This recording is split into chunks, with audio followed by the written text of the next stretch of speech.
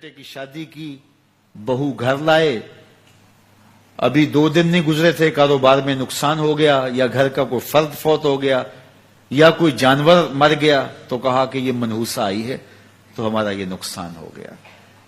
اگر وہ نہ آئی ہوتی تو پھر یہ نقصان نہ ہوتا, پھر تم قیامت تک جینا تھا, یا اس سے قبل تمہارے کبھی نقصان نہیں ہوئے. تمہارے گھر کے اندر بیٹیاں موجود ہیں, یہ بھی کل کسی کی بہو بنیں گے اور ان کا بھی کوئی نقصان ہو سکتا ہے, اور یہ بھی منحوسہ قرار دی جا سکتی ہے. پھر تانو تشنی کے تیر جو ہے وہ اس کے اوپر لگائے جانے لگے. کتنی زیادتی ہے, کتنا ظلم ہے, کسی کا دل توڑنا, کسی کا دل دکھانا, کسی کو منحوس قرار دے دینا. از خود تمہارے پاس کیا سند ہے؟ تمہیں الہام ہوا ہے؟ کیا حجت ہے, کیا دلیل ہے تمہارے پاس کہ کسی کو تم نے منحوس قرار دے دیا؟ کتنا مکار ہے انسان, اپنی بدعمالیوں کو, اپنی نیت کے کھوٹ کو, اپنی نیت کی کوتاہیوں کو, اپنی سستیوں کو, اپنے عمل کی کمیوں کو دوسرے کے اوپر مڑ دیتا ہے. کاروبار تو نے صحیح نہیں کیا, نقصان ہو گیا. صبح 12 بجے اٹھ کے تو گھر سے جا رہا ہے اور نقصان ہو گیا. تو نے 2 نمبر مال بیچا, آج پکڑا گیا اور نقصان ہو گیا.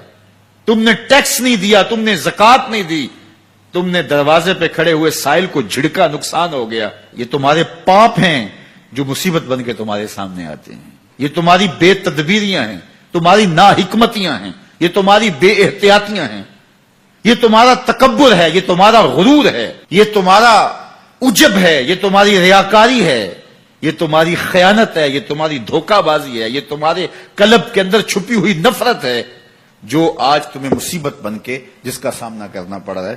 یہ تمہارے اندر کے عیب ہیں جو مجسم ہو کے تمہارے سامنے آئے ہیں.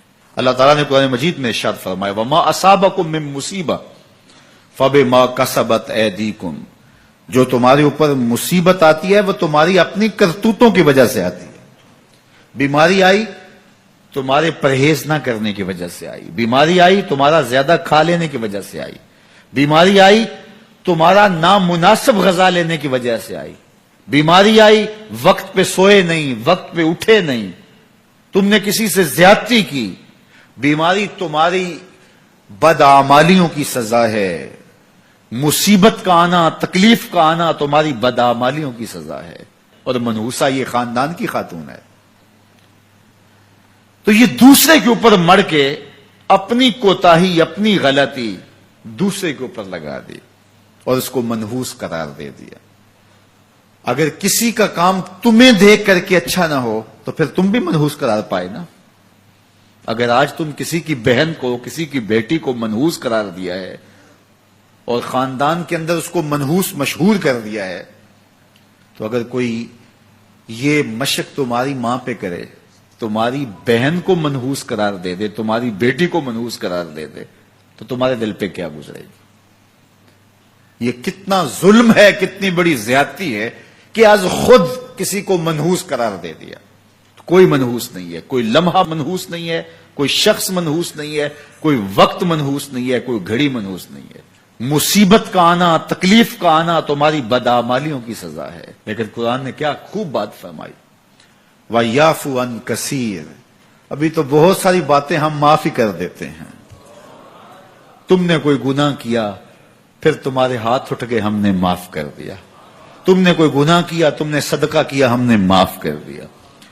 تم نے کوئی گناہ کیا, تم نے سجدہ کیا, ہم نے معاف کر دیا. تم نے گناہ کیا, تم نے وضو کیا, ہم نے سارے گناہ جھاڑ دیے. تو کچھ اعمال ایسے ہیں کہ جن کی سزا بھگتنی پڑتی ہے لازمی, لیکن زیادہ عمل ایسے ہیں اللہ فرماتا ہم زیادہ یوں ہی معاف کر دیتے ہیں. اور اگر ہم سارے معاف نہ کریں تم چل ہی نہ سکو, زندگی تمہاری گزرے ہی نہ, اتنی مصیبتیں تمہارے اوپر ٹوٹ پڑیں. لیکن تم وہ منحوسہ کو قرار دے کے اپنے اوپر سے ٹال رہے ہو, فلاں منحوسہ اس لیے سب کچھ ہو رہا ہے, فلاں نے تعویذ ڈال دی اس لیے سب کچھ ہو رہا ہے, بلی راستہ کاٹ کی تھی, یہ مصیبتیں ساری اس لیے آئی ہیں. یہ تمہارے اندر کے عیب ہیں جو مجسم ہو کے تمہارے سامنے آئے.